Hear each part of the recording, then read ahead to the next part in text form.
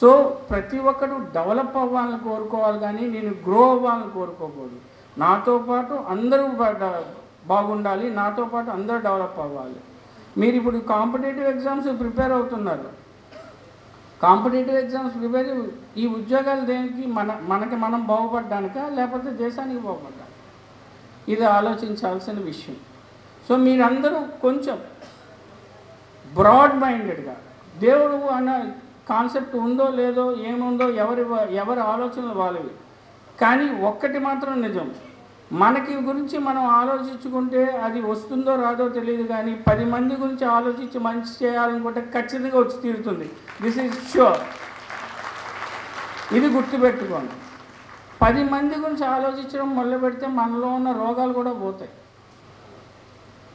ఇవన్నీ ఎందుకు? ఇవన్నీ అందరూ ఆలోచిస్తున్నారా? ఇప్పుడు అంతా లోకం ఎలాగొంది, మొత్తం డబ్బుమయము, అంతా స్వార్థమే, అంతా డబ్బుమయము, నా వరకు నేను చూసుకుంటాను అన్నది ఉన్నది అంటే మనం తగ్గిపోతున్నాం. అది కాదు కావాల్సింది. చిన్న సింపుల్ ఎగ్జాంపుల్ చెప్తాను. మీరు ఎప్పుడైనా సబ్మెరైన్ చూసారా? సబ్మెరైన్ అన్నది 300 అడుగుల లోతులో ఉంటుంది. దాంట్లో 170 మంది సీమెన్ ఉంటారు. ఆ 170 మంది సీమెన్ను ఒక్కసారి వెళ్తే 3 నెలలు మినిమం ఉంటారు. మినిమం 3 నెలలు. ఆ 3 నెలల్లో వాళ్ళకి ఈ 170 మంది పడుకునేదానికి ఉన్న బెడ్స్ ఎన్నో తెలుసా? 60 బెడ్లు ఉంటాయి. ఈ 60 బెడ్స్ అంటే 60 బెడ్స్, అవి ఎంత సైజు ఉంటాయో తెలుసా? మీరు గరీబ్ రథ్ ఎక్కారా? గరీబ్ రథ్లో సైడ్ బర్త్లు ఉంటాయి. ఆ సైడ్ బర్త్ అంతకంటే చిన్న బెడ్లు. ఆ దీంట్లో ఈ 170 మందికి 70 బర్తులు అంటే షిఫ్ట్ వైజ్ పడుకుంటారు.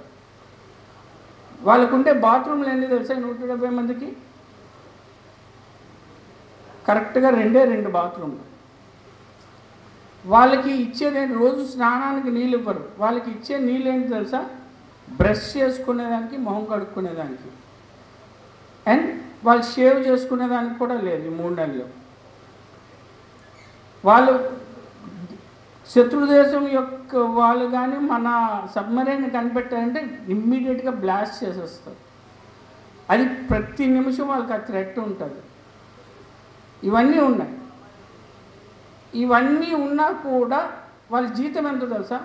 25,000 నుంచి 30,000కి మించి ఉండదని ఒక్కొక్క సీమెన్. అంటే ఇన్ని కష్టాలు ప్లస్ ఫుడ్, మెయిన్గా అన్నీ ప్యాకెడ్ ఫుడ్డే. ఏదో ఉంటే ఉడకబెట్టుకొని తినాలి, పెట్టేయాలి, అంతే చేసేయాలి. అంత కష్టపడుతూ వాళ్ళు పనిచేస్తూ వాళ్ళు బలంగా ఉన్నారు, దృఢంగా ఉన్నారు. ఎందుకో తెలుసా? వాళ్ళ గురించి ఆలోచించలే. మన గురించి ఆలోచించినట్టు వాళ్ళ గురించి ఆలోచించలే. వాళ్ళు దేశం గురించి ఆలోచించారు. దేశం గురించి ఆలోచించారు కాబట్టే వాళ్ళు గట్టిగా ఉన్నారు. సో ప్రతి ఒక్క మనిషి, అందుకే మీకు వచ్చిన వెంటనే మీకు అందరికీ నేను అభినందనలు తెలిపాను. ఎందుకంటే అమెరికా వెళ్ళిపోయి, లండన్ వెళ్ళిపోయి, ఎక్కడికో వెళ్ళిపోయి సంపాదించుకున్న వాళ్ళు ఎవరు ఇక్కడ ఉండరు. నేను ఇక్కడే ఉండి ఏదో ఉద్యోగం సంపాదించాలని ఉండేవాళ్ళు ఇక్కడ ఉంటారు. సో దాంట్లో కూడా మీరు సార్థకత సాధించాలి అంటే ఖచ్చితంగా మన ఆలోచనలో మార్పు రావాలి. ఏంటి అంటే అన్నిటికంటే ముఖ్యం మన దేశం. So nation comes first. మిగతా అన్నీ ఉంటాయి. ఎన్నో జాడ్యాలు ఉన్నాయండి, ఎన్నో జాడ్యాలు ఉన్నాయి. ఇక్కడ ఎన్నో థీరీస్ ఉన్నాయి. ఈ ఇండియాలో బోల్డ్ అని డైవర్సిఫైడ్ థీరీస్ ఉన్నాయి. కానీ వాటన్నిటికీ మించి దేశం ముఖ్యం. దేశం గురించి తోడ్పడాలి, దేశం నుంచి పాటుపడాలి, అది రావాలి. ఎన్ని ఫిలాసఫీస్ వచ్చినా మీకు అందరూ అంటుంటారు, నేను వింటున్నాను, అమెరికా ఈ కంట్రీస్ అన్నీ డెవలప్డ్ కంట్రీస్ వాళ్ళతో మనం ఎక్కడ పోల్చుకోగలం? అమెరికా అన్న దేశం అన్నది మన దేశానికి భూమిలో 4 గింతలు ఉంది. అక్కడ ఉన్న పాపులేషన్ 30 కోట్ల మంది. 4వ వంతు ఉన్న భూమి మీద 140 కోట్ల మంది మనం అందరం కలిసి బతుకుతున్నాం ఇప్పటికీ. వాళ్ళు గొప్ప, మనం గొప్ప, మనమే గొప్ప.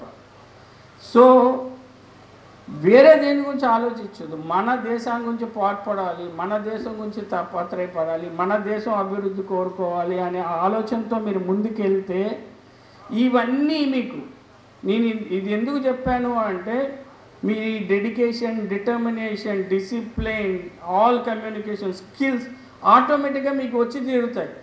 సో నేనే కాదు, నా సమాజమే కానీ నా దేశం బాగుపడాలి అన్న ఆలోచనతో ముందుకు వెళ్తే ఆటోమేటిక్గా మీకు ఇవన్నీ స్ట్రీమ్లైన్ అయిపోతాయండి.